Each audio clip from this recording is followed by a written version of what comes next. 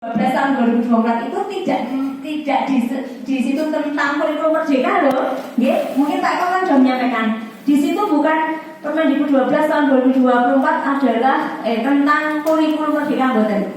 Hanya kurikulum PAUD, jenjang pendidikan dasar dan jenjang pendidikan menengah. Tapi di dalamnya di pasal 1 itu ada disebutkan kurikulum merdeka. Jadi nang jero.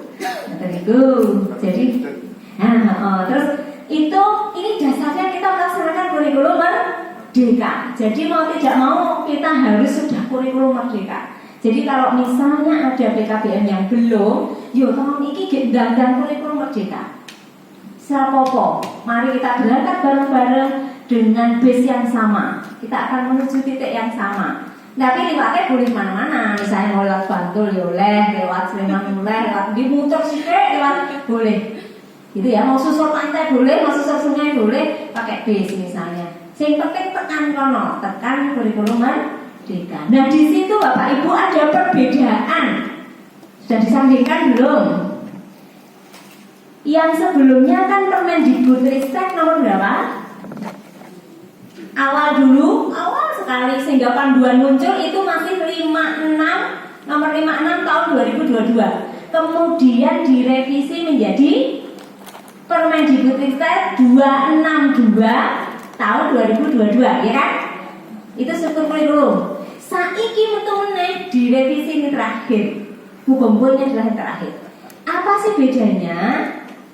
Di 56 tahun 2022 Permendikbudristek itu menyebutkan bahwa kegiatan proyek P5 ada di pemberdayaan.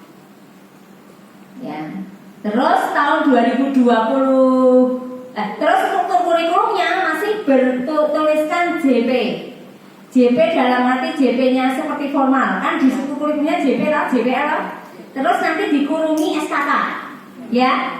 Nah, yang nomor 262 itu beda. Jadi proyek sudah tidak ada lagi.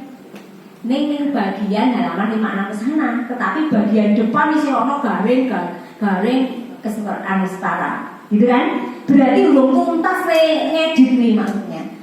Tidak ada lagi proyek P5 tetapi mburi kalau bagian belakang depan itu masih ada garing-garing kan berarti cek ono proyek.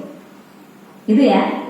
Nih juga apa-apa kita aja yang tahu yang membaca. Kalau yang enggak baca enggak ngerti dan enggak ngerti.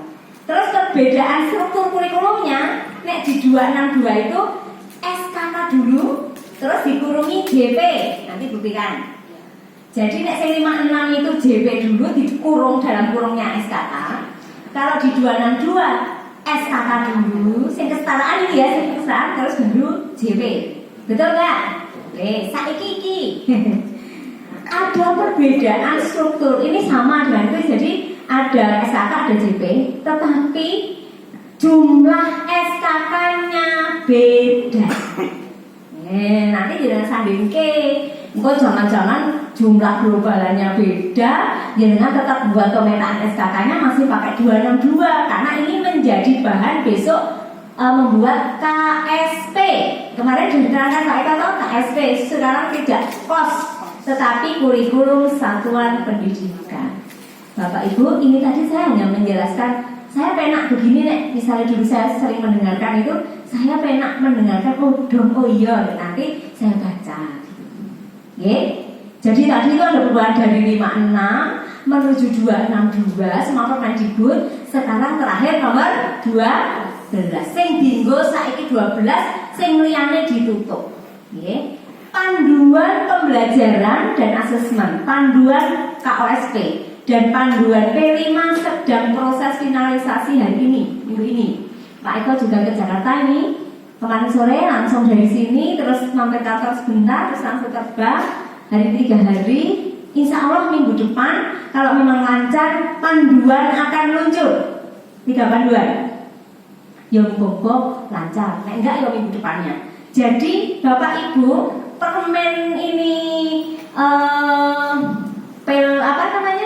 antibiotiknya ini akan diaktifkan dengan pil-pil yang lain, ada paracetamolnya, ada ini. Nah, paracetamol itu tadi dari KSP, panduan KSP, panduan pembelajaran dan asesmen, dan yang satunya panduan B5 gitu. Tapi sementara untuk saat ini kita kan pasti pakai panduan yang itu. Nih ngintip-ngintip minggu sesuk waktu saya sudah ganti ya Pak Ibu, ya siap-siap berhijrah.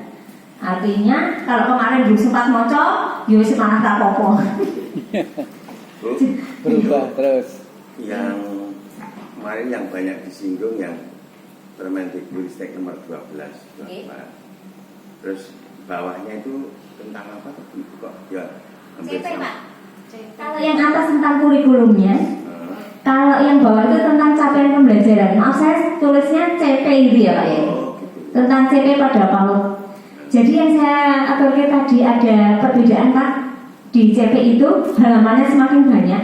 Kalau dulu hanya sampai 18 sekian, sekarang menjadi 2 juta kan, 2.400 sekian. Jadi kalau Bapak buka itu, nanti di situ langsung kelihatan 2.000 sekian. Tetapi Bapak pasti nek belum pernah membuka dan membaca, ngerti halamannya mapelnya masing-masing, betul? Kalau saya sudah ngeprint, saya pasti sudah ngeprint, saya mulai aja bahasa Indonesia. Hanya saya print mesti dari fase A sampai fase F, karena fase A sampai fase F itu sebenarnya kalau mau melihat itu adalah runtut.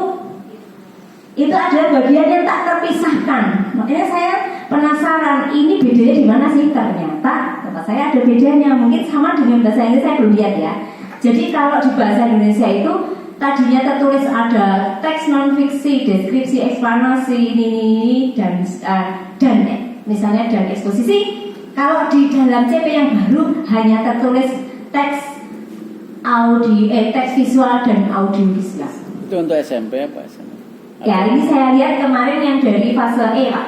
Oh iya. Iya, tapi hampir semuanya sama seperti itu. Terus ada pengurangan bahasa di CP di fase A. Tapi nanti itu beda-beda ya, itu kan karakteristiknya masing-masing, nggak bisa disamakan. Ini permennya sudah ya Pak ya. Nanti dibaca sendiri, saya kalau mau nanti saya bagi. Saya bagi satu-satu biar jangan kira yang tahapan pertama pusing, nanti masih bisa minum yang siang hari, nanti malam hari kayak dewe, kayak dewe nanti sembuh. Gitu. Sekarang ini yang saya maksudkan yang panduan yang kemarin Pak. Ini jangan sampai Bapak Ibu belum pernah membaca ini sebenarnya. Udah pernah kan? Kita tidak ada di P5 tetapi di panduan itu masih ada. Di panduan itu waktu itu saya berikan masukan di akhir 2022 itu masih ada, kemudian kita sama-sama memberikan masukan untuk dihilangkan pendidikan kesetaraan. Nih urung diganti, nah ini baru diganti yang ini. Besok kita sudah tidak ada. Tapi kalau Bapak Ibu pengen project ya monggo nggak apa-apa. Kalau misalnya waktunya cukup, tenaganya cukup, biayanya cukup, nggak apa-apa sih pakai project tapi jangan P5. Jadi pemberdayaan diprojekkan, keterampilan diprojekkan, gitu ya. Terus nih Bapak Ibu tadi saya menyampaikan CP itu dasarnya ini.